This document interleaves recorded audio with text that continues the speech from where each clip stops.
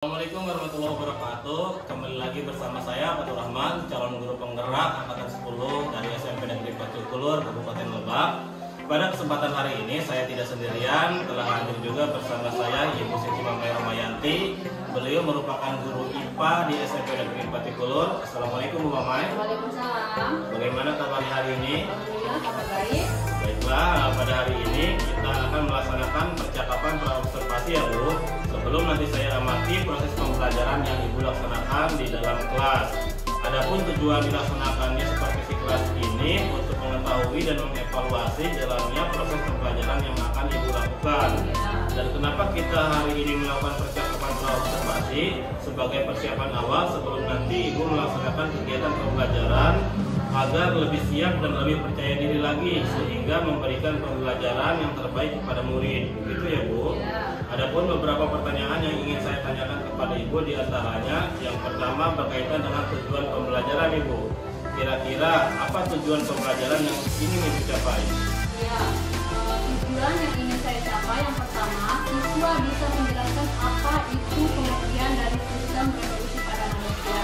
Yang kedua, siswa juga mampu memberikan atau alasan apa contoh dari kelainan sistem reproduksi. Mungkin tujuannya hanya itu dua. Baik sekali Bu, apa yang sudah dijadikan tujuan pembelajaran? Tadi diantaranya yang pertama menjelaskan dari sistem reproduksi manusia, salah satunya. Nah, kira-kira bagaimana dengan area pengembangan yang ingin Ibu capai? Area yang ingin saya capai yang pertama, agar siswa dapat memahami dan menerapkan dan menjaga kesehatan alat reproduksi manusia. Jadi untuk area yang ingin dicapai agar murid dapat memahami, ya, menerapkan dan menjaga kesehatan alat reproduksinya. Baik sekali Bu. Nah, saya ingin mendengar nih Bu, bagaimana rancangan pembelajaran yang ingin Ibu terapkan di dalam kelas. Mungkin dari strategi pembelajarannya seperti apa, model pembelajarannya apa yang digunakan, maupun metode pembelajarannya menggunakan metode apa Bu? Ya, saya ngambil dari strategi pembelajarannya Pak ya. Contohnya yaitu strategi inquiry, yaitu menekankan pada aktivitas siswa secara maksimal untuk mencari dan menemukan. Artinya, siswa atau peserta didik itu dijadikan sebagai subjek belajar. Model dan metodenya? Kalau modelnya, mungkin saya menyebut tadi strateginya menggunakan strategi inquiry ya. Nah, bagaimana dengan media pembelajaran yang akan Ibu gunakan di dalam kelas? Saya bakal menggunakan media blended learning melalui model pembelajaran dengan menggunakan project based learning atau PBL ya Pak. Integrasi pembelajaran berintegrasi berbasis sosial emosional learning. Baik Bu, tadi Ibu sudah menjelaskan pembelajaran menggunakan PBL dengan pembelajaran berdiferensiasi juga. Nah, kira-kira kapan nih Ibu akan melaksanakan kegiatan pembelajaran tersebut? Kira-kira di kelas berapa dan jam keberapa? Di kelas 9B jam terakhir. 9B jam terakhir. Ya. Nah, jadi nanti pada jam tersebut saya akan datang ke kelas tempat Ibu mengajar. Saya akan melaksanakan supervisi kelas. Saya juga akan melihat dan mencatat hal apa saja yang terjadi ketika berlangsungnya pembelajaran di kelas. Nanti setelah Ibu melakukan kegiatan observasi atau pembelajaran di dalam kelas, kita adakan percakapan terakhir ya Bu, yaitu percakapan pasca observasi yang nanti mungkin akan didampingi juga oleh pengajar praktik yaitu Pak Pandu Muaku dari SMP Negeri 5 Cikulur. Nah, sebelum kita akhiri, kira-kira dari percakapan yang sudah kita lakukan tadi, apa yang Ibu dapatkan? Pertama pasti akan menambah wawasan, yang kedua juga pasti saya juga nanti akan mempersiapkan buat supervisi. Nah, terima kasih atas waktunya Bu, sudah bersedia untuk berbincang-bincang dengan saya dalam kegiatan praobservasi. Sampai ketemu lagi nanti ketika observasi di kelas. Demikian percakapan kami pada hari ini dan akan dilanjutkan pada kegiatan observasi yang akan dilaksanakan di kelas 9B. Kami akhiri. Assalamualaikum warahmatullahi wabarakatuh. Assalamualaikum. Waalaikumsalam.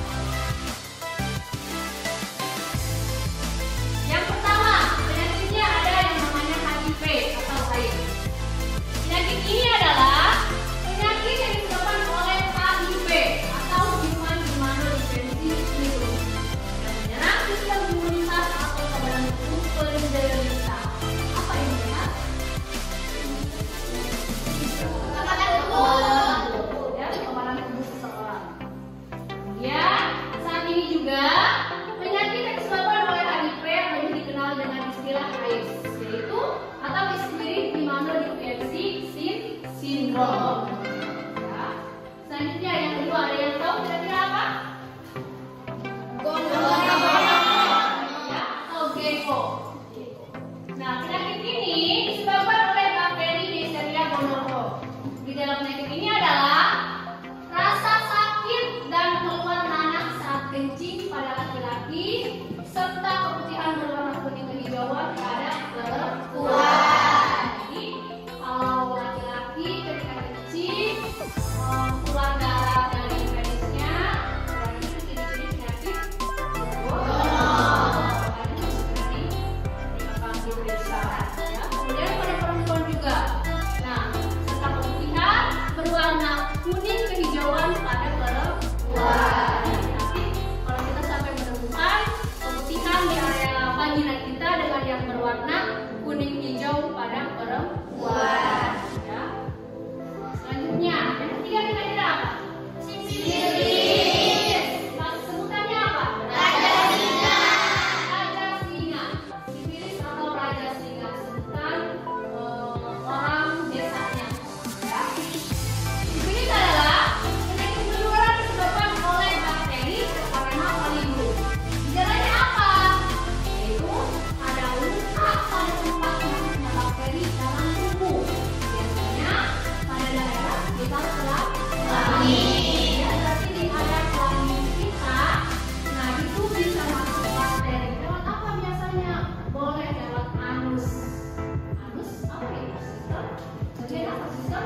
Bagian sistem pencernaan dari manusia, ya, untuk pembuangannya.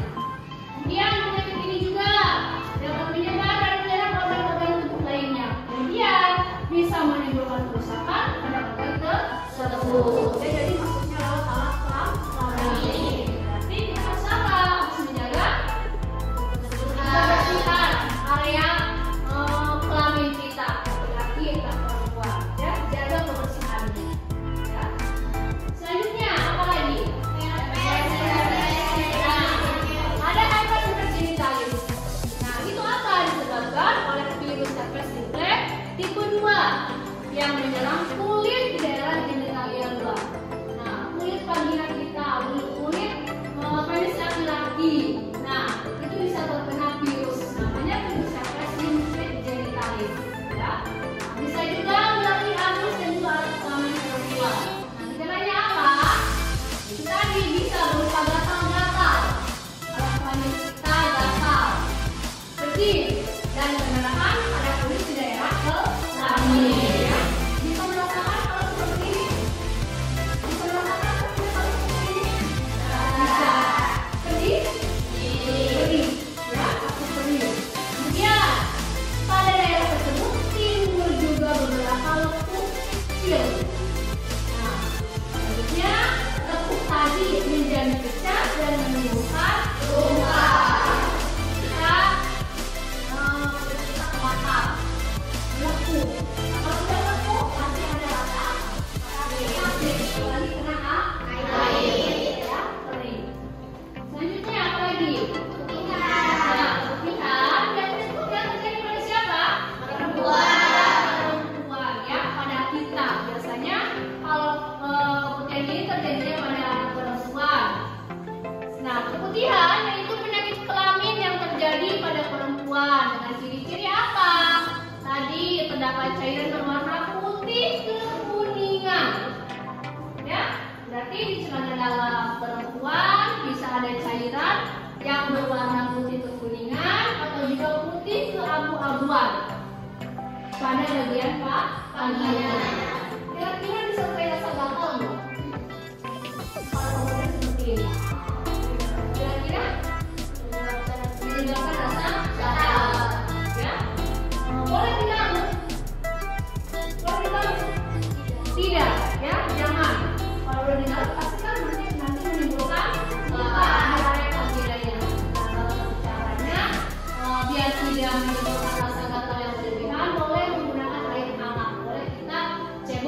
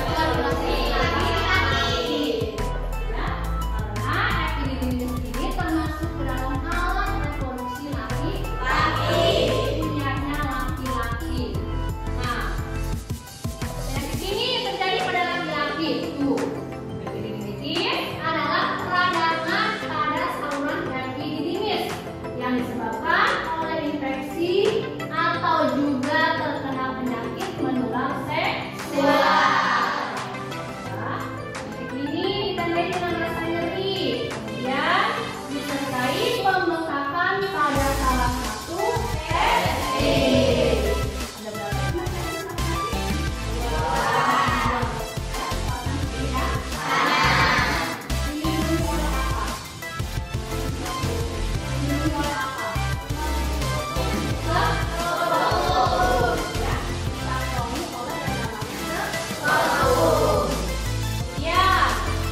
Ada yang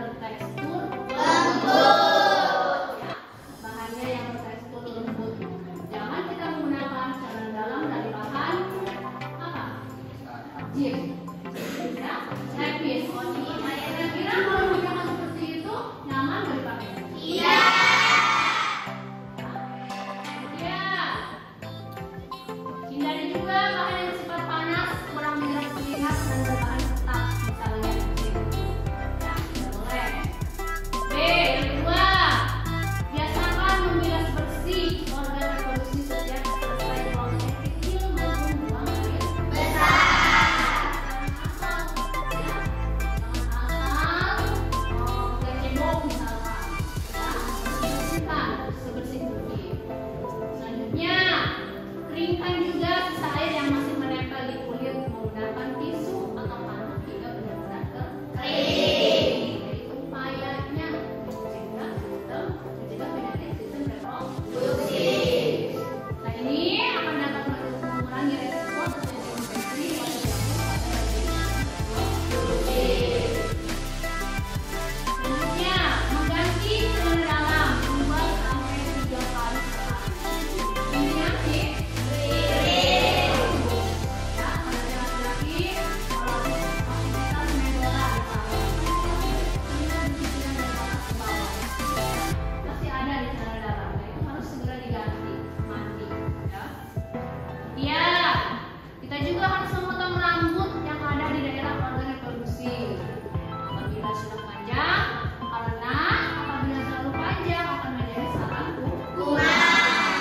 Jadi naik tahu tuh pada rambut kemaluan kita, ya, pada badan kita.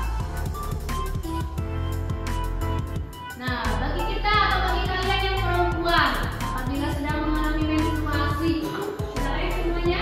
Sudah. Gantilah pembalut sering mungkin. Pada saat aliran darah banyak, kalian dapat menggantinya minimal 2 sampai 3 kali. Dengan perjalanan bersama kalian, pagi ganti selalu baru diganti. Jangan ya, jangan sampai tembus, jangan sampai banyak. Ya, minimal dari 2 sampai 3 jam sekali ya. Ya, tadi tadi kita keluarkan itu kan darah kotor. Selanjutnya,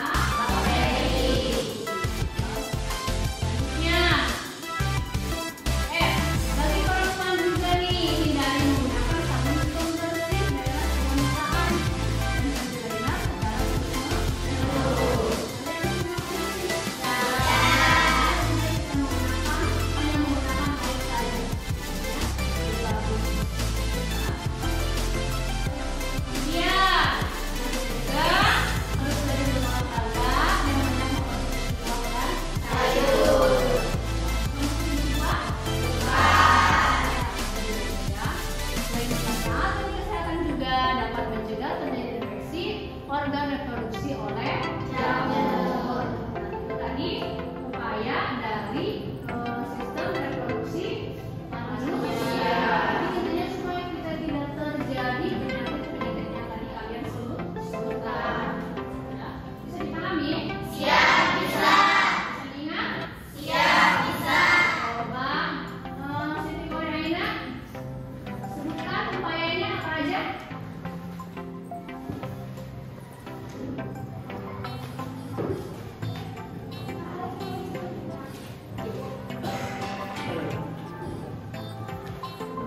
Menggunakan celana dalam yang Berbahan katun, yang berbahan katun lembut ya, yang berbahan katun lembut. Upayanya, kan kita juga kan tidak nyaman kali menggunakan celana dalam dari yang berbahan katun atau jin gitu ya. Nah, kita tidak nyaman. Karena kita harus menggunakan celana dalam yang berbahan katun. Kemudian, yang kedua nih, ayo.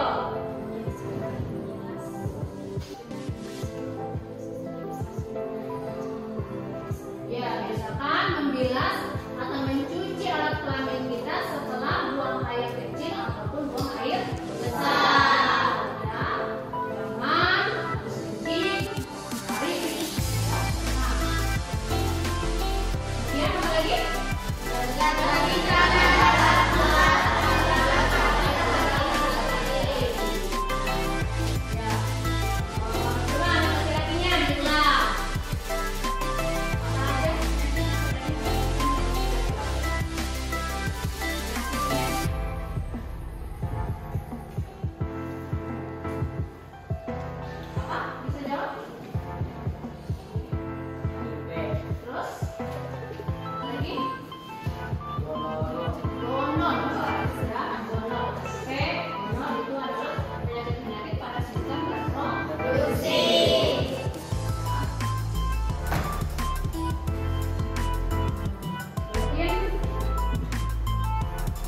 Cukup sekian ya yang bisa dapat saya sampaikan hari ini, materi tentang sistem reproduksi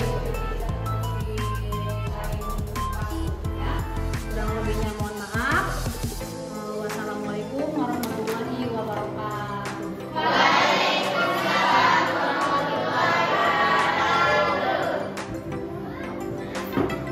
Baik, assalamualaikum warahmatullahi wabarakatuh. Kembali lagi bersama saya Fatul Rahman, calon guru penggerak nomor 10 dari SMP Subang. Pada kali ini saya tidak sendirian, alhamdulillah ditemani oleh rekan saya yaitu Ibu Sri Romayanti selaku guru IPA kelas 9 dan juga alhamdulillah oleh Bapak Muhammad selaku pengajar praktek saya.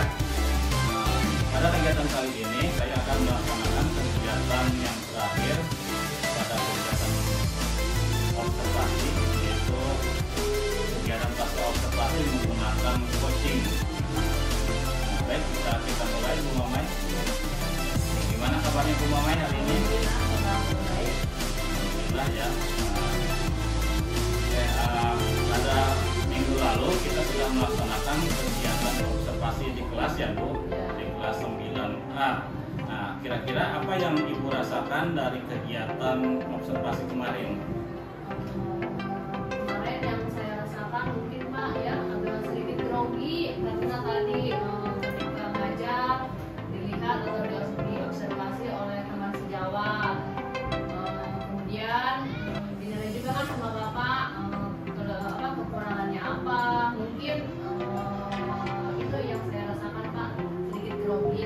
Oke, wajar ya, saya juga biasanya emang kalau di observasi grogi. Iya, biasanya kan cuma di depan anak-anak, ini ada teman, ada Bapak. Dan kemarin kita berencana akan mengembangkan beberapa area pengembangan ya, diantaranya salah satunya yaitu tentang pemahaman yang bermakna. Nah, menurut Bu Mamai sendiri bagaimana ketercapaian dari hasil observasi kemarin? Kayaknya kemarin yang saya sampaikan kepada anak-anak, alhamdulillah anak bisa tahu apa itu penyakit apa saja yang ada pada sistem reproduksi, kemudian upayanya apa, jadi biar tidak terjadi penyakit tersebut. Oke, jadi dari ketercapaiannya supaya anak-anak mampu memahami. Dia mau memahami tentang kelainan pada sistem reproduksi. Menurut Bu Mamai itu sudah tercapai belum anak-anak?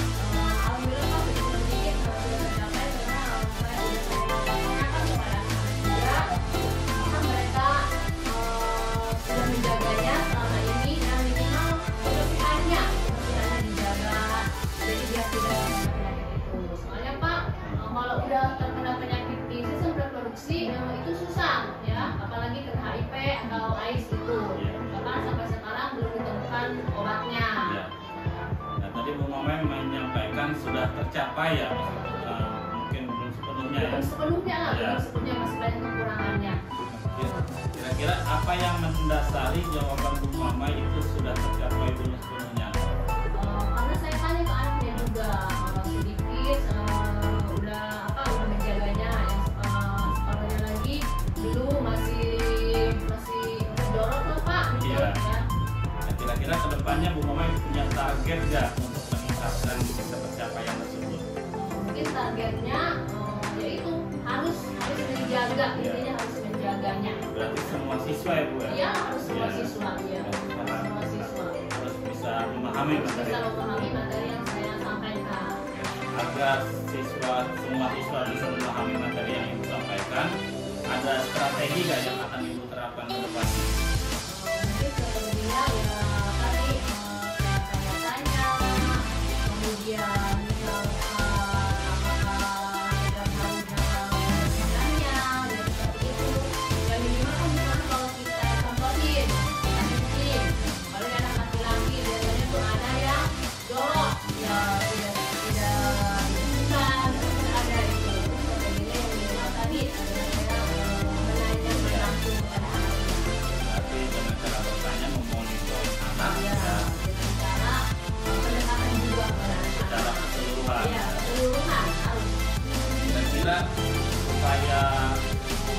rencana dan program Ibu ini berjalan dengan lancar, ada pihak yang bisa diajak kerjasama gak? Jadi supaya anaknya itu bisa tercapai semuanya. Mungkin yang diajak kerjasama itu dari pihak kesehatan atau gimana ya Pak? Ya, Dari pihak kesehatan paling Iya. paling dekat dari puskesmas mungkin Iya. ya. Pas Pak ada pemeriksaan tentang apa alat reproduksi, misalkan bagian vaginanya kadang suka ada Pak. Dulu juga ada ke halaman rumah saya, ke kampung ada orang yang mengedukasi Iya. tentang penyakit yang ada pada vagina misalkan pada perempuan. Jadi di sana ibu-ibu yang diundang. berarti salah satunya dengan bekerja sama dengan pihak luar ya, Iya, pihak yaitu luar, pihak misalkan puskesmas puskesmas yang ya. paling dekat. Ya kebetulan karena kita sudah ada kerjasama dengan Iya, Taman Tegal ya, betul. kita bisa diajak kerjasama. Sekaligus menerapkan pemahaman sistem reproduksi ya. Kira-kira untuk rencana buka ini waktunya kapan ya? Mungkin bisa sih Pak di bulan depan bisa tanggalnya itu bisa direncanakan mungkin ya. Menyesuaikan aja ya festival, jadi ya rencananya di bulan di depan bulan ya. depan ya di bulan Oktober. Jadi itu sekaligus pemahaman bermakna Iya. kepada anak-anak. Nah mungkin ada lagi nggak Bu rencananya supaya program ini bisa berjalan dengan lancar?